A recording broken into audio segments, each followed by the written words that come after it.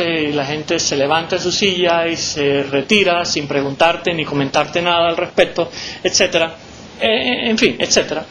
Esa es una situación como para que uno se pregunte, bueno, ¿y qué está pasando aquí? ¿No sería lo deseable que alguien interviniera? ¿No sería lo deseable que después que termine la clase alguien me preguntara algo?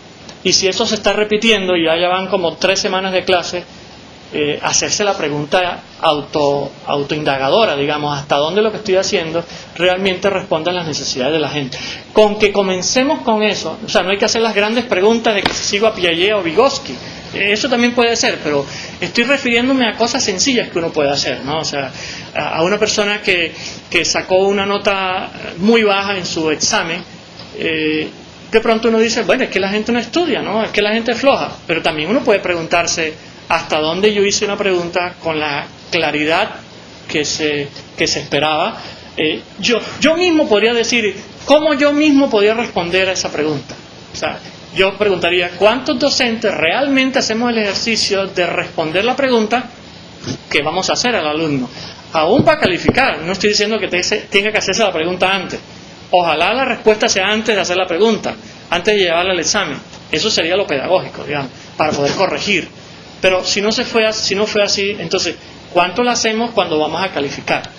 ¿Qué modelo de respuesta tú tienes para poder calificar o evaluar lo que estás allí mirando?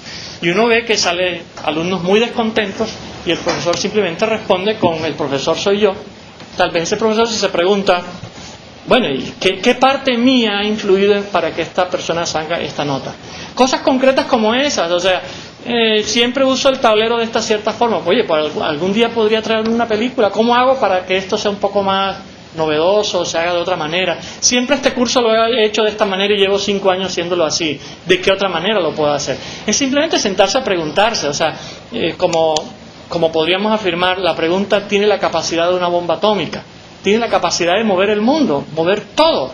A la larga la ciencia y la filosofía se mueven porque hay alguien que pregunta. Ya lo habíamos señalado cuando insistí en el diálogo socrático y la introspección socrática. O sea, pequeñas preguntas sería la respuesta. Pequeñas preguntas con una intención introspectiva. Con eso, con una actitud introspectiva, nos podemos dar por bien servidos.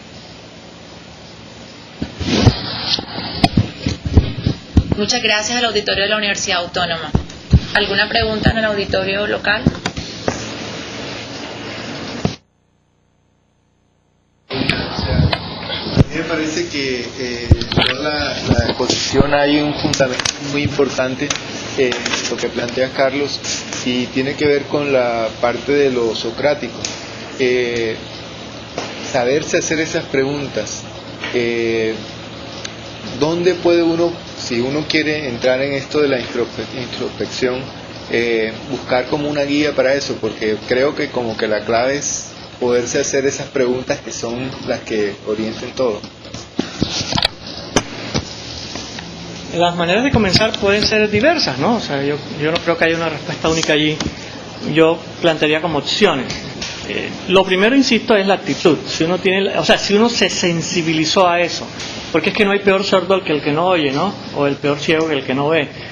Tú puedes tener a la mano la cosa más majestuosa, pero no la ves porque los lentes no te lo dejan ver.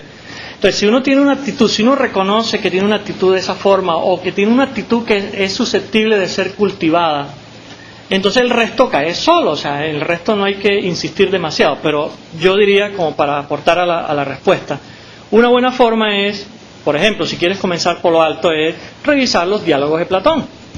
Porque la introspección socrática, como yo la hago, no necesariamente como hay que hacer las introspecciones. Ya dije durante el transcurso que hay varias formas de introspecciones. Señalaba lo de San Agustín, por ejemplo. Uno puede revisar las confesiones de San Agustín y eso es un ejemplo de introspección.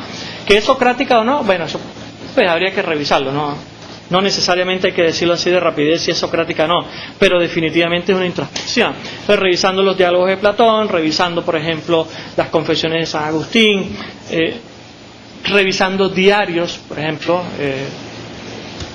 los diarios generales que hay en la literatura, cierta literatura que a uno le da cierta sensibilidad a las cosas, ¿no? Como El Principito, Goethe, en fin, son asuntos que le permiten a uno como dar una visión que luego las preguntas le permiten canalizar. O sea, aún si no leemos nada de eso, aún si no leemos los diálogos de Platón ni nada, sino con solo la actitud de preguntarse, o sea, algo así como el yo que pregunta, el preguntón, llamémoslo así, con que tengamos una actitud de preguntar, el resto llega solo, porque entonces uno dice, bueno, ¿y cómo puedo responder mejor esta pregunta? Y entonces uno busca en la literatura otra cosa.